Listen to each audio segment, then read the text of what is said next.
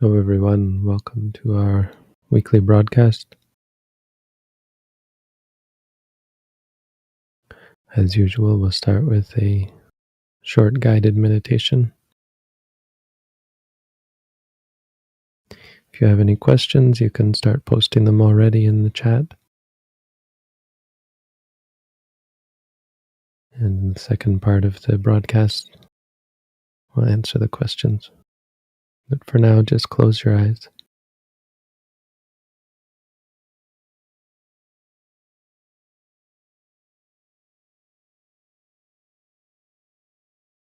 And start by watching the stomach rising and falling.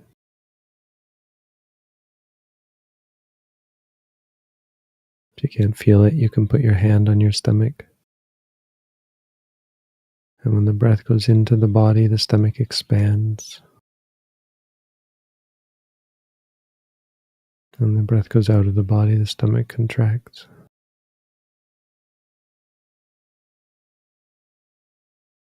In English, we call this rising and falling. So when the stomach rises, just say to yourself, rising. And when it falls, falling.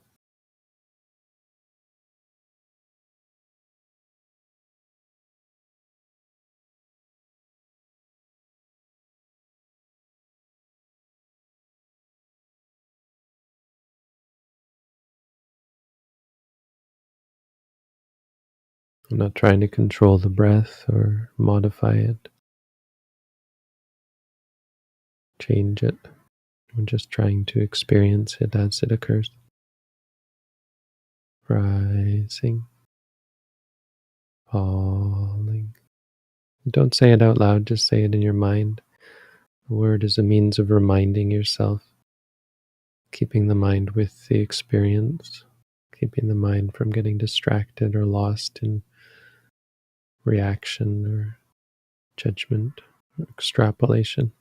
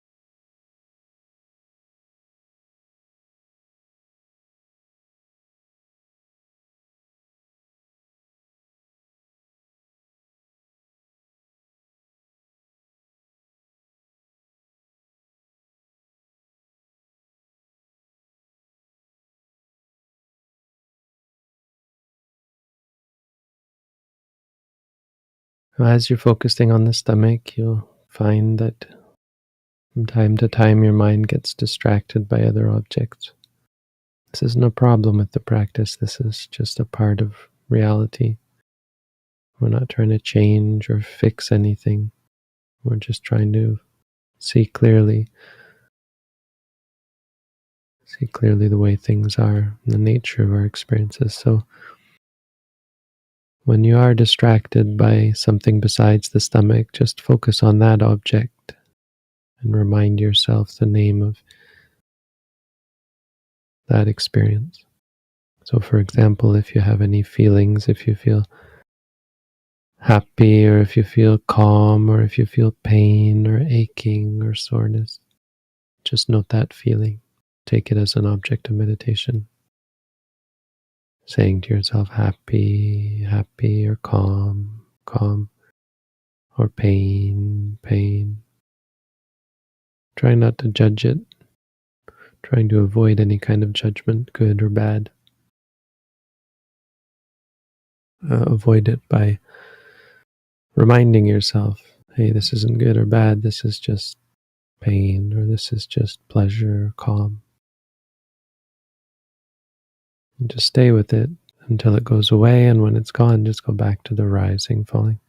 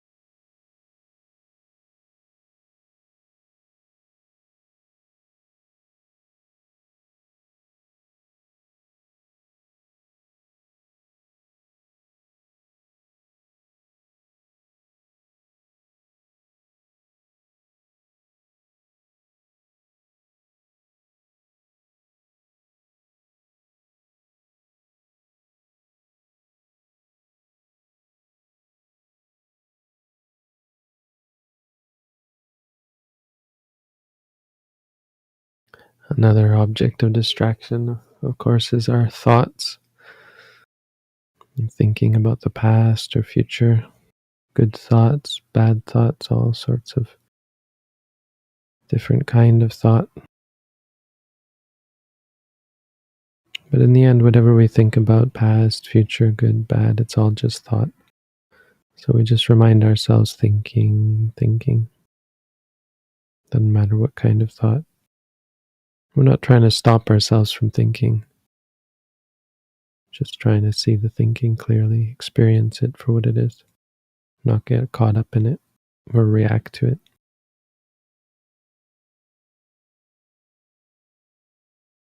I say thinking, and the thought should go away, and then you can go back to the rising and falling.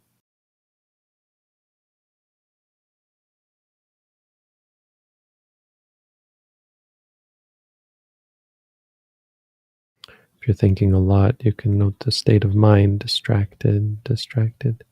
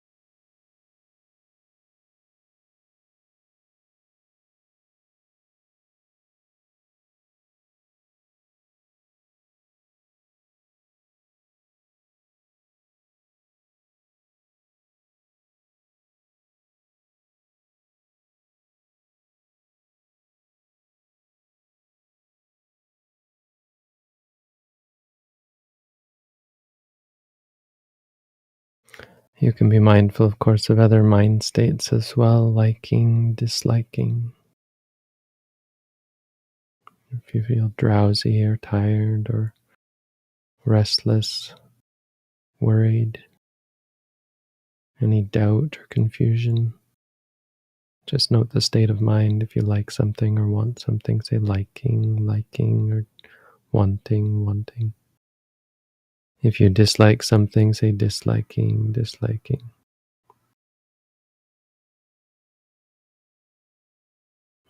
Or any other kind of disliking, like boredom, sadness, depression, frustration, fear, anger. Just note whatever it is you experience. Angry, angry, frustrated, bored, bored, sad, sad, afraid, afraid. Till it goes away, and then just go back to the rising and falling. If you feel drowsy or restless, say drowsy, tired, or restless, restless, anxious, worried. Any doubt, say doubting, doubting, confused, confused.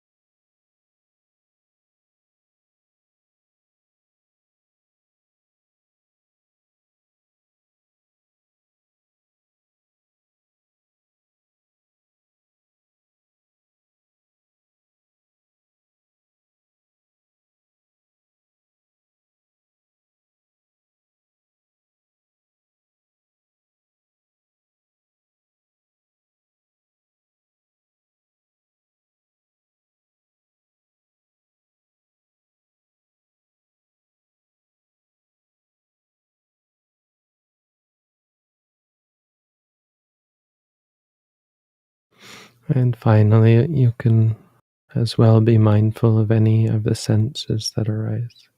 Seeing, hearing, smelling, tasting, feeling. Try and note these. If you see something, don't just stare at it. Maybe with your eyes closed, you still see lights, colors, pictures. Try and say to yourself, seeing, seeing, just to remind yourself of the experience. Keep your mind with the experience. Hear a sound outside or in your head, say hearing, hearing. Smelling, tasting, feeling. Try and just note whatever the experience is. Smelling, smelling, tasting, tasting, feeling, feeling.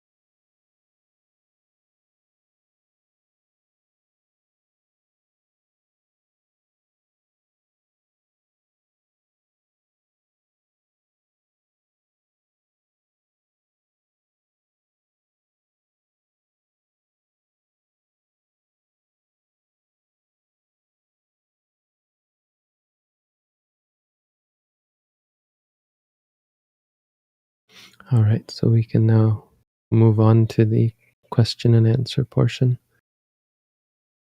You're welcome, of course, to continue to meditate mindfully, listening and noting your experiences as well.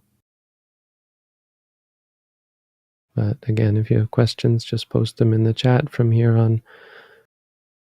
We'll only accept questions in chat. Anything else will be removed.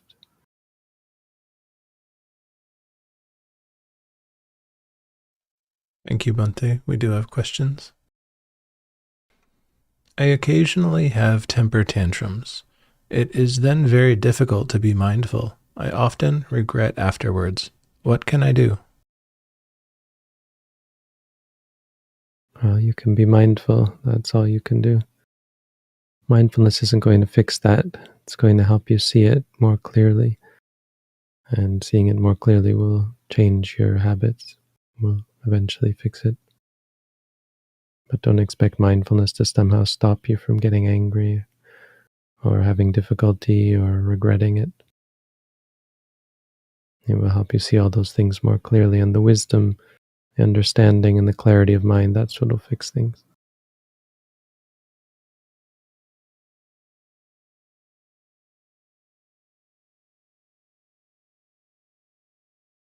When I am mindful while indulging in sensuality, I find it unsatisfying. But if I am not mindful, it seems satisfying. This leads to a view that it is mindfulness that makes sensuality unsatisfying. How to proceed? Well, that doesn't lead to such a view.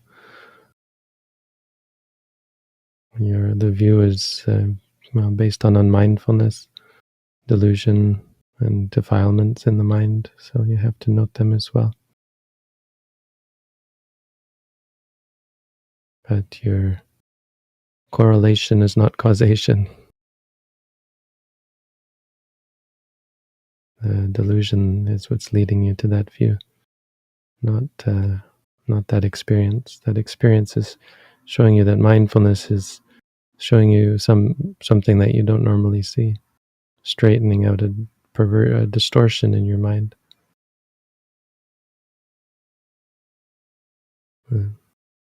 Mindfulness doesn't change the experience, helps you see it more clearly.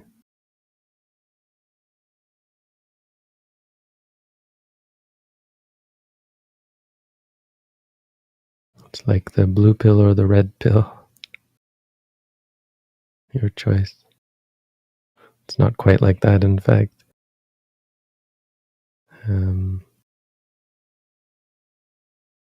It's like eating a feces sandwich without realizing it's feces or knowing that it's feces. Because eventually you're going to taste and smell it.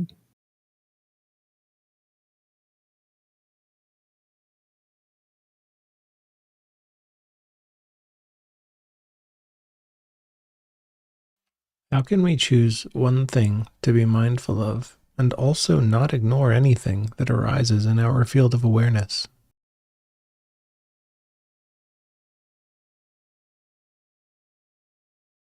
Well, there's only ever one thing in your field of awareness. So you don't choose, you note what you experience.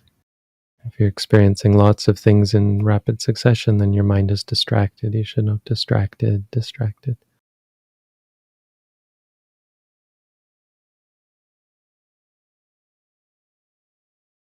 How does taking whatever interrupts you from your current object as your object not conflict with choosing, purportedly one of many, objects to be your object? This is very similar. We get these questions a lot, and the problem here isn't the practice. The problem, much more likely, is the state of mind. You have to note this wondering or doubting state that asks these questions or that worries about these things. Mindfulness isn't rocket science. It's pretty simple. Note whatever arises. Once it's gone, go back to your base object arising and the falling of the stomach. If there's lots of things arising, note distracted, distracted.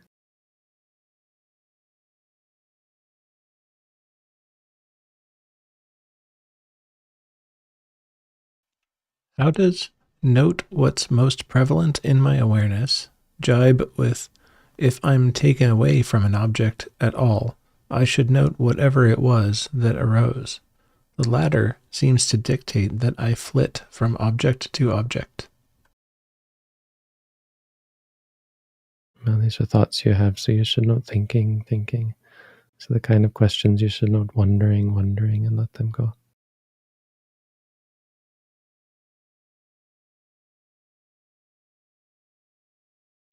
I find that sometimes I'm very neutral and emotions are mostly quiet about most things since this practice. However, it has become apathetic and kinda lifeless and demotivated. Any advice? Well, again, correlation is not causation. Your mind has probably changed. You can see some good changes, that's great, but your mind is always changing. So the mind comes up with all sorts of tricks that try and take us away from clarity of mind, that try to distort our awareness. So you have to know if you feel demotivated, that's just an experience. If you feel apathetic or lifeless, those are experiences. That's not because you're meditating. It's because you're changing, and you're always changing in many different ways, good and bad. But it's important that you note all these experiences.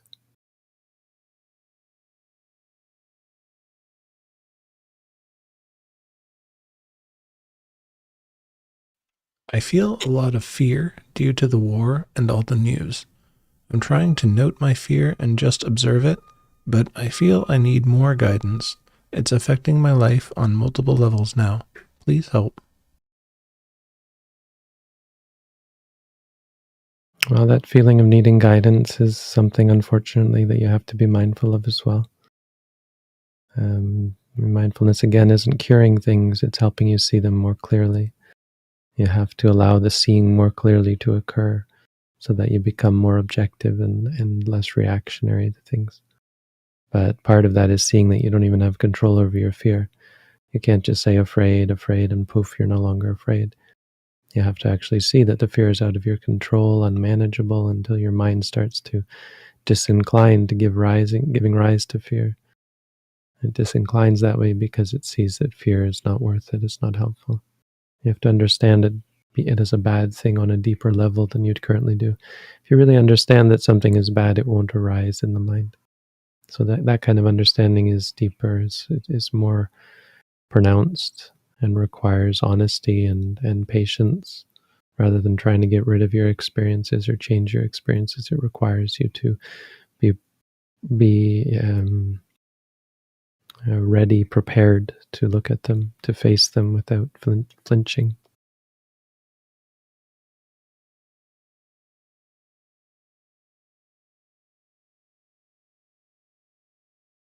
I have been diagnosed with ADHD, but I don't wish to take medication for it.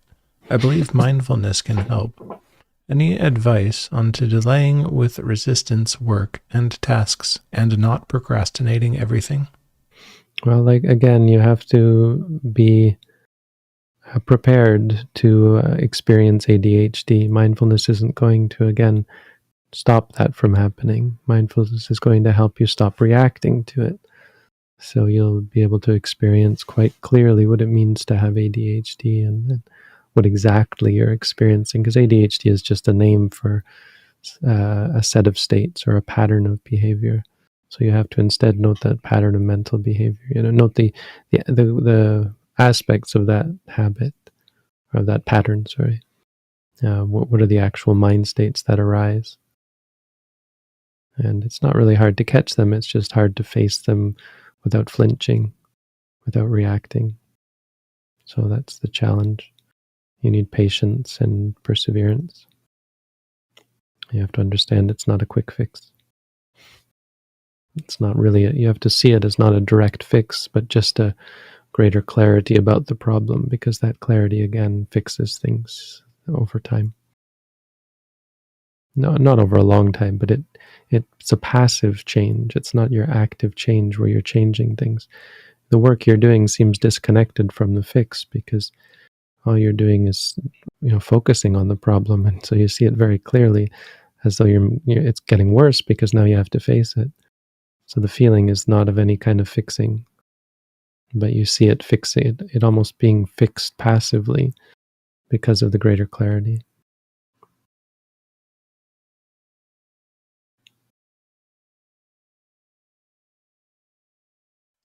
How important is sense restraint for the practice? Sense restraint is a useful practical practice. I mean, it's not going to fix your problems or take away your desire or aversion or your reactions, but it's good for limiting the scope of things you might react to. So if you, when you walk, you look down at the ground, it'll help you stay focused, and a greater proportion of mindfulness in your day. That's what sense restraint allows, but you can't think of it as some kind of fix or quick fix. But the other kind of sense restraint is what comes from actually being mindful, because mindfulness restrains the senses in a different way. It keeps the reactions from arising so that you're able to have a greater clarity of mind and see things for what they are, and as wisdom like that arises, um, there's a lesser potential for future arising of reactions, because you've come to see the things you react to as not worth reacting to.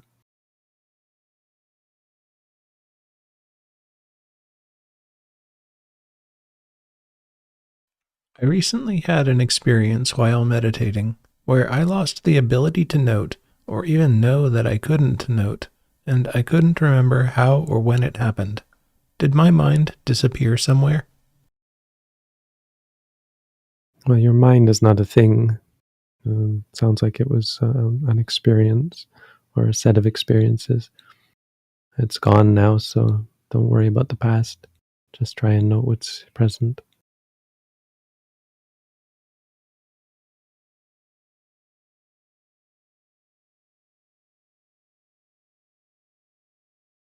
I am new to meditation. Some members of my family are becoming open to what I am doing.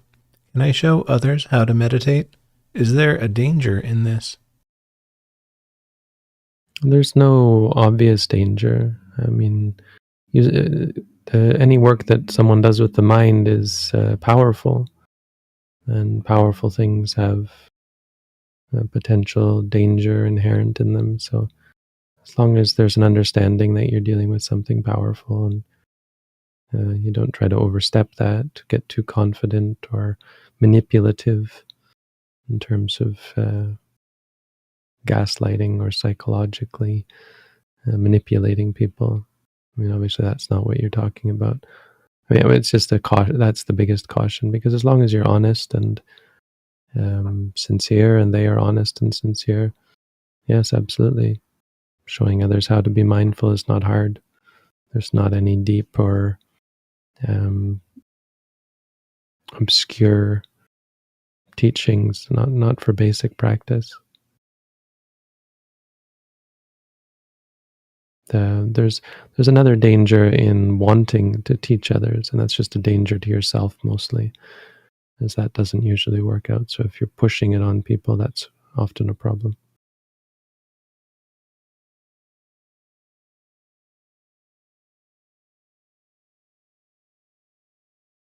When I am outside, lust and related thoughts of fear and anxiety arise with great strength. When I am inside my room or during formal mindfulness meditation, they are weak or not frequent. Any advice?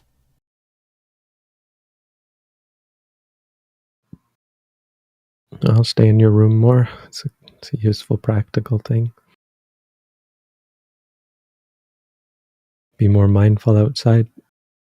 I mean, basically practice. I don't have any special advice. I mean, you're describing your experience in meditation. I don't see um, anything you're doing wrong. So you haven't described you're doing anything wrong. So as far as advice goes, I don't have any. I would only have advice if you were not sure what was right or what was wrong, but you're just describing experience. And so you should be mindful of all of those experiences that you describe.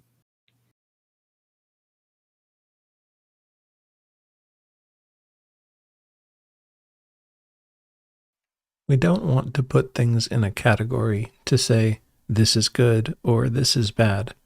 But when I eat and it tastes good, I'm already putting this in a category. How to avoid this?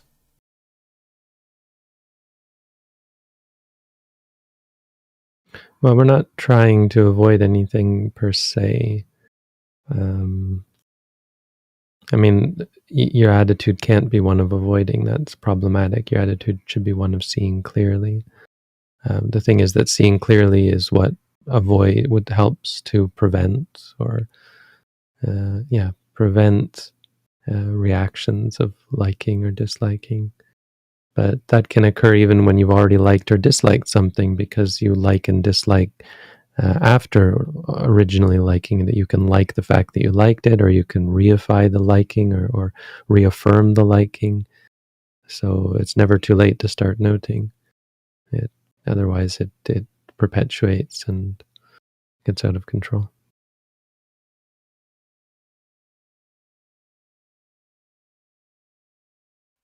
How do I become stronger in metta practice? Well, practice it is one way, but an important thing to know about metta is it's easier, of course, when your mind is pure, right? It's harder when your mind is impure. So mindfulness practice is a great way to get stronger. And in practicing metta, you'll find that you become more kind and considerate than before through practicing mindfulness.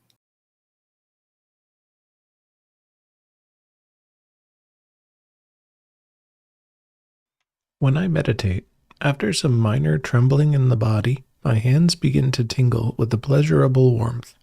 Is trying to let this feeling spread throughout the body beneficial? Trying to have anything occur or persist or cease, trying like that is craving, and you should note that wanting. If you like something, you should say liking. There's no benefit in wanting or liking.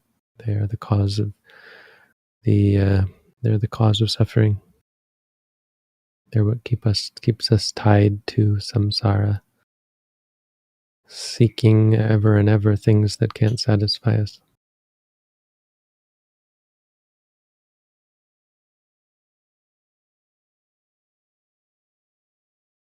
Is noting arising and falling of the stomach a must, or can one focus on the in and out of the breath in meditation?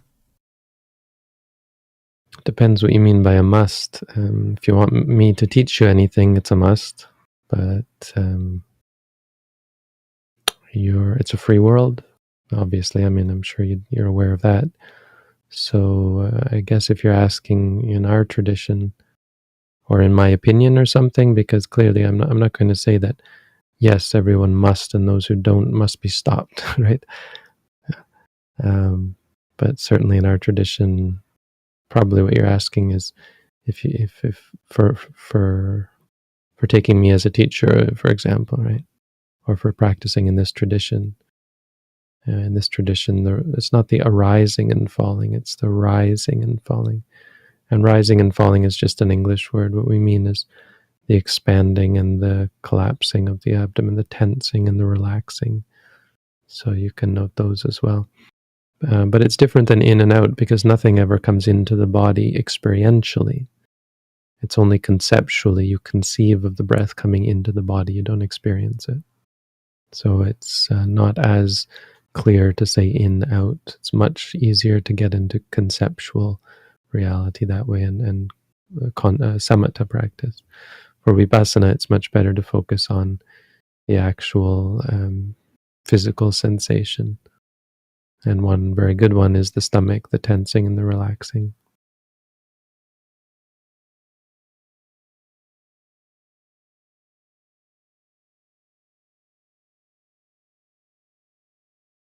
When I'm in a sitting position, my body aches too much. It distracts me a lot from the practice. Is this part of the practice? Is it okay to shift, or shall I keep observing to the point of pain? Yeah, Vedana it's called. There are 4 satipatthana. I don't know if you've read our booklet on how to meditate, but Yeah, I don't know if you have. It looks like you might not have. So I'd recommend reading our booklet. If you're interested, you could take an at-home meditation course. But Vedana is one of the four satipatthana. And when Vedana arises, you note, for example, aching, or pain until it goes away. It absolutely is a part of the practice, just as pleasure is, just as calm is. Once it's gone, then you just go back to the rising and falling.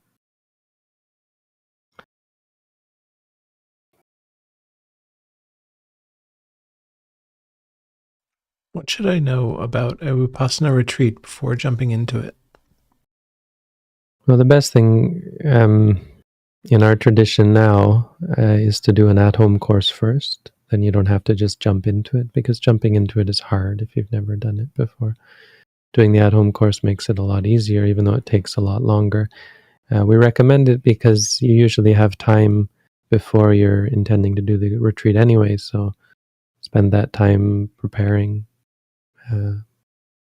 As far as other practical things, I don't have much. I mean, I think it's just read our booklet, and if you understand everything that's in there, and if you can, do the at-home course. If not, read the stuff on our website about how to prepare for the course. There's nothing special. You should know that it's a challenge and requires fortitude of mind, that you're going to be relying very much on your own power. You're not going to be relying on me to coddle you or push you through it. And it's hard. So make sure you're ready for it.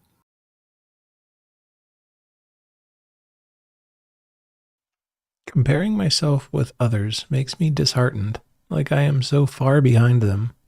This leaves me unmotivated to work toward my goals. Any advice on this? Oh, well, great. You've got a good thing, a very clear thing to be mindful of, the disheartened state, sad, or whatever it is. So it's good that you have something easily recognizable to be mindful of. You should note that feeling. The feeling of being unmotivated. Unmotivated is a little bit of a misleading name, because it's not quite what you're experiencing. You have to look and see what you're actually experiencing. Is it dislike of what you're doing? Is it desire or craving, or a liking of the pleasure of not doing, of relaxing, of taking it easy, etc.? Try and note what you experience.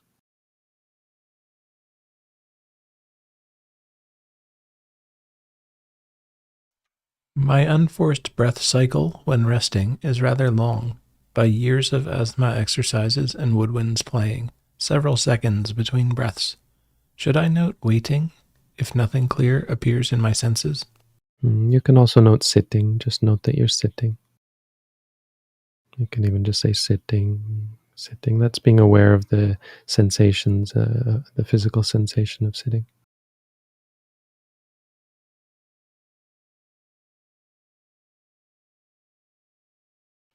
I find myself having the knowledge that things are unsatisfying, but still desiring something to satisfy. Any advice? Well, have you heard of this thing called Buddhism? Mindfulness? If you're interested, you can read our booklet and do an at-home meditation course. We got links and everything there.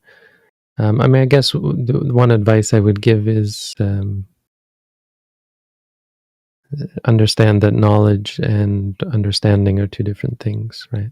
You can clearly see that you're missing something, even though you think you consider that you already, to some extent, understand. And that's true. It's not discounting that, but you can see that that's not enough, and you have to understand that it's not that understanding is not enough, it's that the understanding that you have is not enough. And there's a deeper and a more profound understanding that comes from just observing and seeing clearly. Eventually you get it on a very fundamental level, and then there's no desire to find something satisfying. It's not quite even just seeing that things are unsatisfying, it's the realization eventually that things can't satisfy, right? That's deeper. When you understand that things can't satisfy, then trying to find something that's going to satisfy you is irrational, and it's just discarded. It just doesn't arise.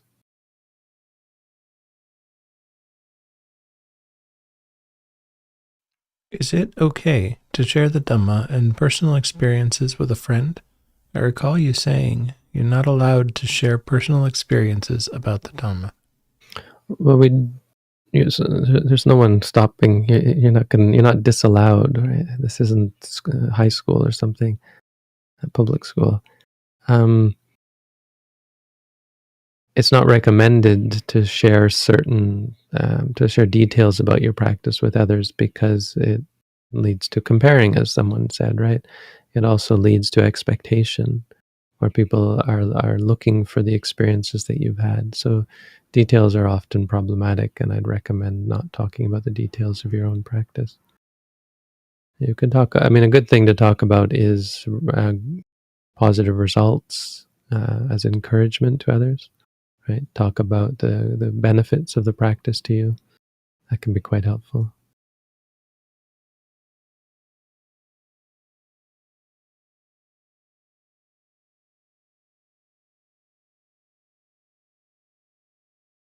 When you say there is no cause and effect and it's just an experience, does this mean the arising of these states is spontaneous?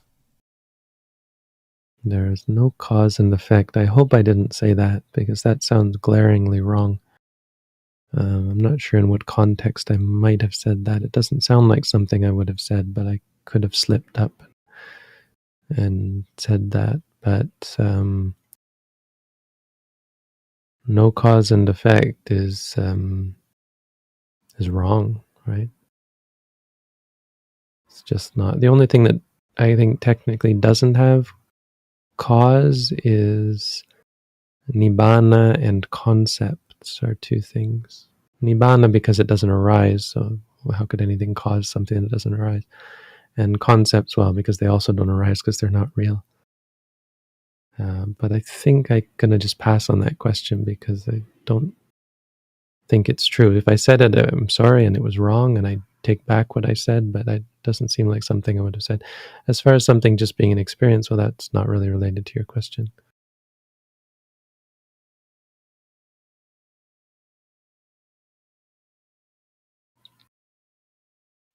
Is it okay to sacrifice legs and spine during meditation by not moving them, for getting detached and letting them go in irreversible damage? Well, there's nothing intrinsically wrong about it, but practically, it's probably a pretty bad idea.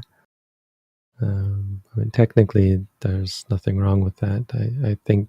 I mean, I think. Honestly, you could say there's technically something wrong. It's unreasonable, and you should never be unreasonable. It's a sign that the person is perhaps being unreasonable. It's a sign that they're not doing enough to utilize the proper postures, both physically and mentally. It's a sign that they're not following the Sabasava Sutta, where the Buddha said one should avoid things that are going to be problematic, like a charging elephant or like the crippling of your limbs. Anything that's going to cripple your limbs sounds like unreasonable.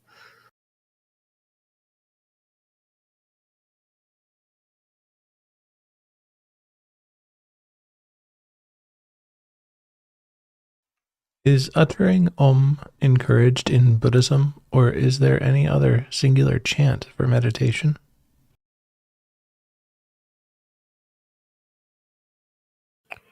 Well, Om doesn't have any meaning to Buddhists, so whatever it means for Hindus or well, I guess Hindus is the word, is not Buddhist. So if you're going to chant something, it should have a particular meaning or purpose, like it should be related to a specific object, something simple like a color.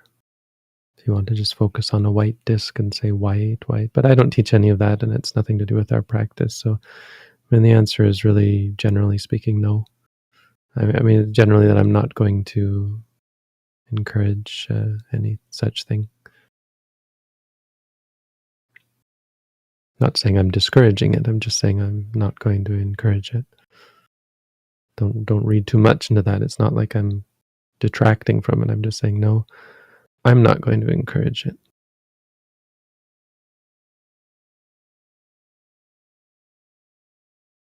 Is it impossible to have high career goals and be detached at the same time, especially when it includes high meat intake and an aggressive mindset for completing our goal? Well, meat intake seems like a bit of a red herring. I wouldn't worry too much about meat intake, though I guess there are some hormones related to meat intake, especially when the meat itself has been injected with hormones or whatever. I don't know. But the aggressive mind state, of course, is antithetical to Buddhism. High career goals are also very, very counterproductive for letting go. So, you can simplify it and say anything that isn't about letting go, or is about reducing your capacity to let go, is going to be contrary to the practice. So impossible and be detached. Yes, it's impossible. Yeah, you can't. You're asking, can I be attached and not and detached at the same time? And you're saying two opposite things.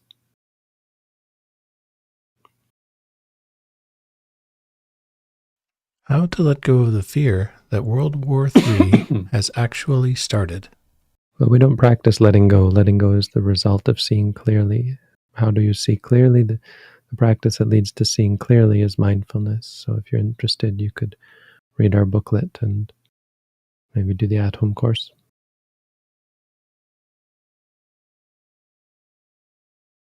What monasteries would you recommend for a Westerner who wants to join the Theravada Buddhist path?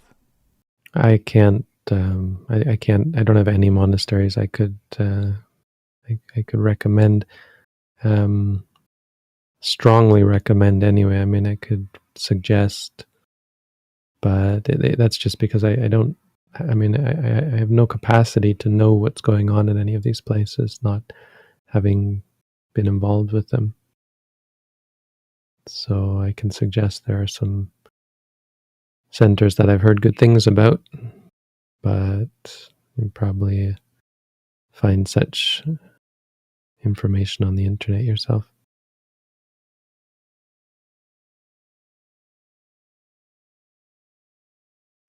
Are the pure life of a lay person and the pure life of a monk the same or different, and how so?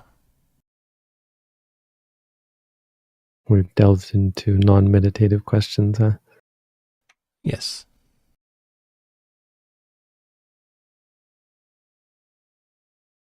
I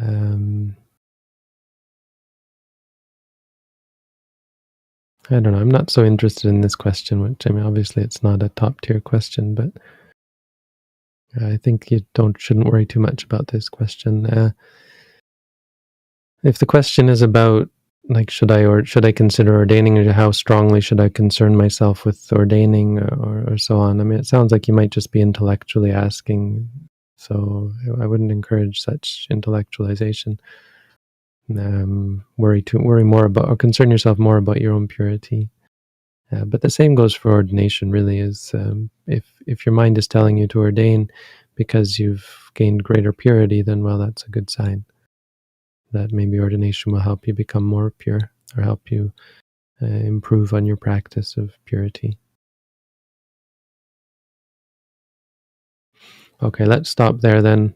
If there are no other really demanding questions, I have local meditators. So in 10 minutes, we're doing local reporting. We have 2 meditators here now, which is great. I'm still at this Cambodian monastery. So in May, there's some talk about moving to a new place, and there'll be more information coming about that. And at the new place, we will have several rooms for meditators and a separate residence for me, and reporting area and so on. And a recording area where I'll be able to do a more robust recording schedule. One last announcement of appreciation for everyone's interest in the work and in the things that I say. It's a great to see that it has benefit and value to people, and some use, some that it's providing positive change for people. So it's great to see that. And the announcement is that on YouTube we have just passed 100,000 subscribers for the first time this week. So that's a great. I mean, I don't think it's as meaningful perhaps as it sounds, but I mean, it's a great thing to appreciate, that people are interested in good things, that they're clicking a button on a website as a sign of their interest, but more importantly, that they are receiving, that there are a lot of people who are continuing to express interest in and tune in to things like this, wherever they can find the teaching of the Buddha. So thank you all, and keep up the good work. Have a good week. Sadhu. Sadhu.